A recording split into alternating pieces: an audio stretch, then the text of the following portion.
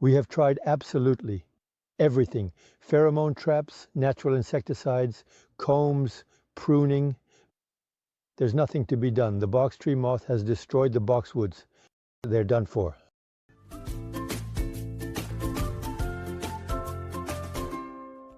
For those who appreciate boxwoods, the topiary, who have small boxwood borders, it's a disaster. They are all completely scorched.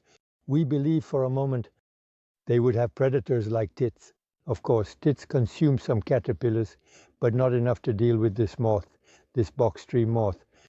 They're all done for. Now, the only remedy is the spade, or to cut them, to remove them. So there would be a solution to cut them down to the ground 2 or 3 centimeters high, and then hope that the box trees regrow from the stump.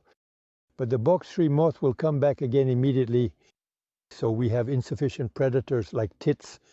I have still seen in some cases sparrows landing in the box trees and eating the caterpillars. Bats catch the moths, but once again there are not enough bats to eradicate the small white moth of the box tree moth. Come on, one last time, let's observe these caterpillars.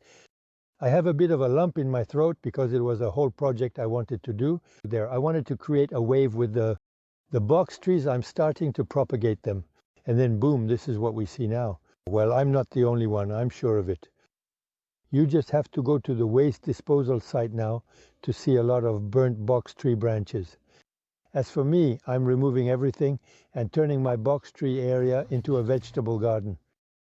So I still have a question to ask all of you, the internet users.